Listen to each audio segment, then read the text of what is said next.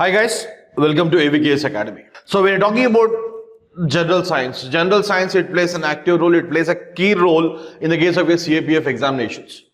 So any examination that is to the rank of, to the level of your CAPF or as to the case of your UPSC levels, the science, it plays a key role, active role, right? Then, when talking about the case of your physics, so physics will be dealing with the case of mechanics. Then we need to talk about the case of sound, light, electricity, heat, as well as magnetism. Right, these are the topics that we are going to discuss in the case of your physics part. Right, now when you're talking about these different topics, to what level we need to discuss, to what level we need to study. Right, all these particular topics, the mechanics, sound, light, electricity, heat and magnetism. Suppose that if at all you are thorough with the NCERT books up to the 10th standard and certain extent and certain topics to the extent of the 12th class. Certain topics to the level to the extent of your 12th class. But basically, if at all you are thorough with the NCERT textbooks up to the case of your 10th or 11th class standards, 10th or 11th classes, that will be done, that will be enough for the case of your CAPF examinations. At the same time, the material that we are providing from AVKS Academy, it will be an added advantage for your future, for your examination preparation. So any particular topic, right? So maybe in the case of physics, maybe in the case of chemistry. So here we are going to discuss each and every particular topic from the application point of view. Right? Remember one thing, as far as physics is concerned, as far as chemistry is concerned, right? We need to talk about the topics in the general sense, the general point of view. At the same time, keeping in view the application part, keeping in view the concept oriented. Concept as well as the application. But when you're talking about this particular, especially this particular CAPF examination, we need not focus on the statements, on the definitions, or else on the equations pertaining to that one. Right? So we are not here to solve any particular problems. Right? Generally, in the case of your CAPF examination, we are not getting any particular numericals. Right? We are not getting any particular statements. Definitions. What is the definition of pressure? What is the definition of stress, strain? We are not bothered about the definitions, the statements that are related to that. But what is important? Where you are going to apply the concept of elasticity, where you are going to apply the concept of your Archimedes principle, the Pascal's law, the Newton's laws of motion, how we are going to apply all these particular things in our day-to-day life. Now, for example, when you talk about the case of a center of gravity, right? What is center of gravity? What is the role of center of gravity in our day-to-day life? Right? So there in that case, you're talking about the concept, how the concept is playing an active role, how the concept is playing a key role in our day-to-day life. Right? So as far as your CAPF examination is concerned, we need to focus on the NCERT textbooks. Apart from the NCERT textbooks, the material that is being provided by the AVKS Academy, that will be of added advantage for examination preparation. Right? So if you just see the previous papers, the previous questions that are coming out from these different topics, right? I'll just give a brief intro about all these particular topics. The first one, we're talking about the case of your mechanics. So in the case of mechanics basically it's a very, very broad topic. Right, it covers almost the the 11th class as well as the 12th class, or else basically we call it as intermediate, first year, second year, or else to be more simple, the class 11th as well as class 12th. The major part of the class 11th as well as class 12th, it covers the mechanics. But here we'll cover all the topics, but we're keeping in view the examination point of view.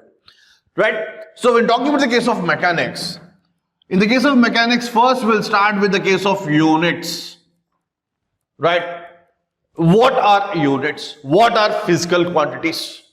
Right? Suppose that if I say force, I'm applying certain amount of force to lift a particular object or else to push a particular object from this particular corner to this particular corner.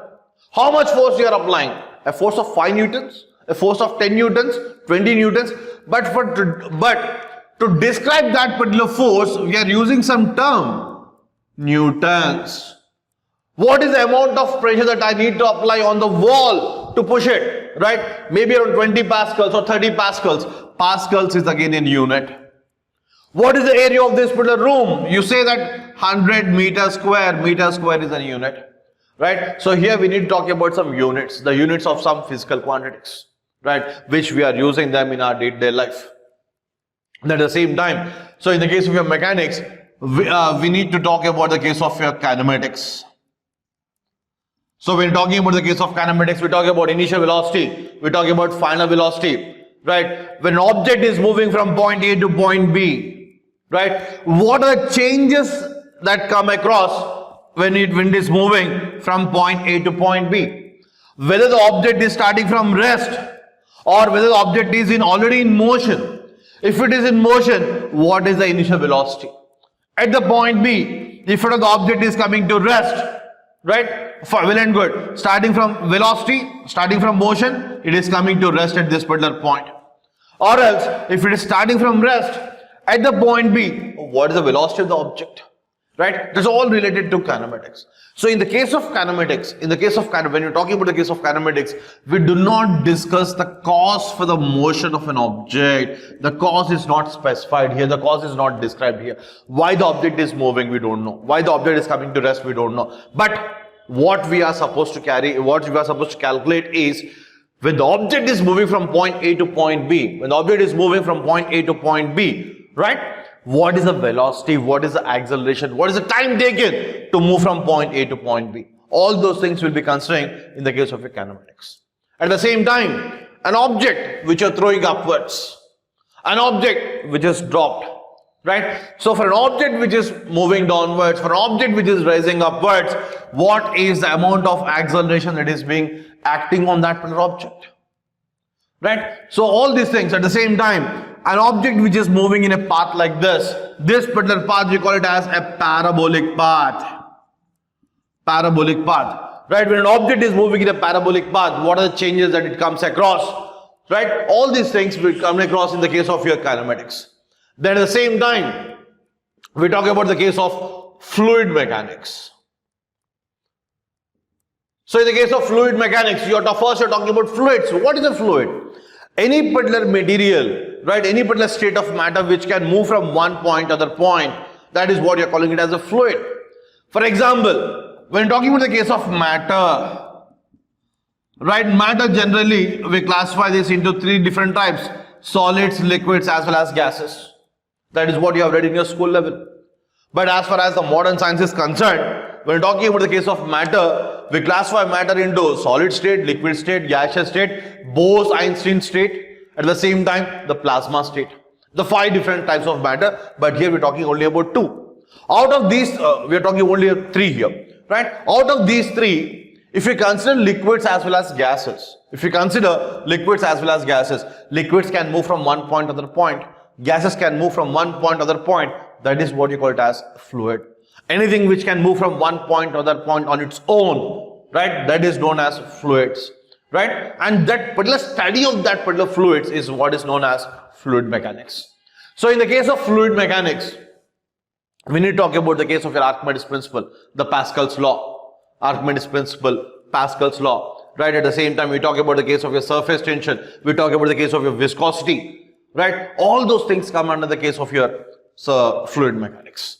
Right? Then at the same time, you talk about the case of sound. What is sound? Right? What is sound? Right? Anything that causes sensation of audibility. Right? At the same time, a particular thing which causes the sensation of audibility when it is striking the eardrum, that is what you call it as sound. And this particular sound, what type of disturbance it is? It is a mechanical disturbance. Sound is a mechanical disturbance. Sound travels in the form of mechanical waves from one point to other point, right? Then, in the case of sound, we speak about the different types of waves that we come across.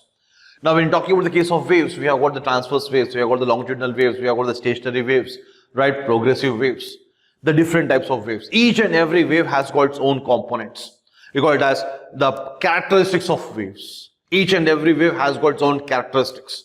Amplitude, time period, wavelength, wave velocity, frequency, the characteristics. How these particular characteristics of a wave will change when a wave is traveling from one point to other point, when a wave is traveling from one medium to other medium, right? For example, suppose that if light waves are traveling from air to water, if sound waves are traveling from air to water, what are the parameters that will remain constant and what are the parameters that keep on changing?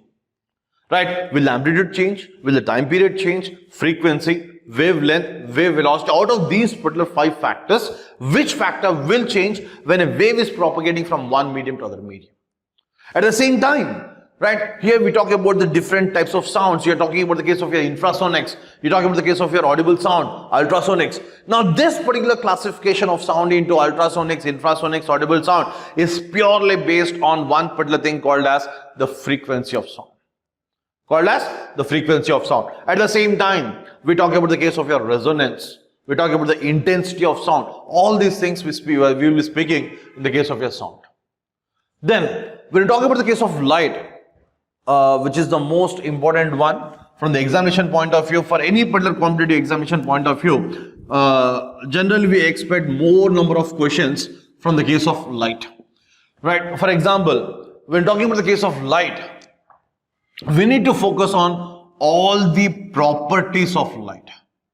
Light has got almost 10 properties, starting from rectilinear propagation of light, the speed of light, reflection, refraction, total internal reflection, dispersion, scattering, interference, diffraction, polarization.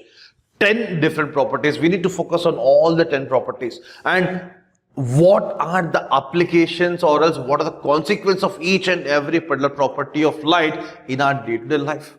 Are we able to see some objects? Now, for example, suppose that if I place an object, if I place a rod or a scale or a stick in a glass of water, the moment I am placing a stick or a rod in a glass of water, it appears to be bent like this. It is because of which particular phenomena? It is because of which particular phenomena? That a glass rod which is placed in a glass of water, it appears to be bent. Why it is so? It is because of phenomena called as refraction. Right? We are not able to see during the night time. Why? Because it is dark. Right? So during the evening times, the sky is absolutely black in color. It is because of which particular phenomena that the sky is black in color. That at the same time, the formation of rainbows. How we are able to see a rainbow? Right, suppose that if at all generally we can see the rainbow during the daytime. Around 3 o'clock or 4 o'clock, we'll be able to see the rainbows. Usually around 3:34 or at that particular part of the day, we'll be able to see the rainbow. The formation of rainbow is because of which particular phenomena? Is because of which particular property of light? Then at the same time, you're talking about the case of different types of mirrors. Right. Mirrors. When you're talking about the case of mirrors, generally we classify mirrors into spherical mirrors. Right? At the same time, plane mirrors. And that particular spherical mirrors, you further classify them into concave as well as convex mirrors. What is the use of concave mirror in our day-to-day life? Where we are using convex mirror in our day-to-day life? Where are we using plane mirrors in our day-to-day life? Right? Suppose that if at all, you are having two plane mirrors like this. Right? Two plane mirrors which are placed parallel to one another. The angle between them is 0 degrees. Right? Suppose that in between these two plane mirrors, if at all, I am placing an object here. Then what is the number of images that are formed on this particular surface? Right? On the plane mirrors, how many images can we see whenever you are placing an object between two plane mirrors? Or else two inclined mirrors, or else the case of two perpendicular mirrors. What is the number of images that you are going to carry? That are going to form here. That at the same time, you need to talk about the case of lenses, right? You are using convex lens, we are using concave lens, we are using a bifocal lens. Now, generally some of them, they have got the vision problems. They cannot see the letters which are written on the board, and some of them they cannot read what is there in the newspaper. Right? Generally, newspaper you carry in your hand and then you try to read it. right? So for shorter distance, in order to see the shortest distance, the objects which are placed at a distance of around 30 centimeters or 25 or 30 centimeters, we need to have some lens, right? What is the lens that is used for the correction of the vision problems, right? At the same time, we cannot see the distant objects. So what is the lens that we are supposed to use for the correction of that particular distant objects? Right? At the same time, some people cannot see both the near objects as well as the distant objects. So what is the lens that you're supposed to use there in that particular case? Right? So we'll be speaking about all those particular things in the case of light. Along with that, we'll be talking about the case of your electromagnetic spectrum, EM spectrum. What is this particular electromagnetic spectrum? Right? So you are having the case of your X-rays. You have the case of your gamma rays, X-rays, ultraviolet rays, visible light, infrared rays, microwaves, radio waves, all these particular radiations. Right? So the difference in these particular radiations may be based on their wavelength, based on their frequency, based on the energy. At the same time, where are we using IR rays in our day-to-day life? Whenever you are using a TV remote, right, you are changing the channels sitting at one particular place of your hall, right? At the same time, you are able to change the temperature of a particular device called as AC sitting at one particular place, lying on your bed. Right? Whenever you're using your TV remote, whenever you're using your AC remote, certain amount of radiation is being generated, is liberated. What is the radiation? Whenever you are using a Wi-Fi device you are installing at home, right? So from that particular Wi-Fi device, you are able to operate around 5 mobiles or 6 mobiles in a particular house at a single point of time. So as a result of which, right, what is the radiation that you are exposed to? Whenever you're using a Wi-Fi device, what is the radiation that you are exposed to? All those things we'll be talking about in the case of electromagnetic spectrum. Then, you talk about the case of your electricity.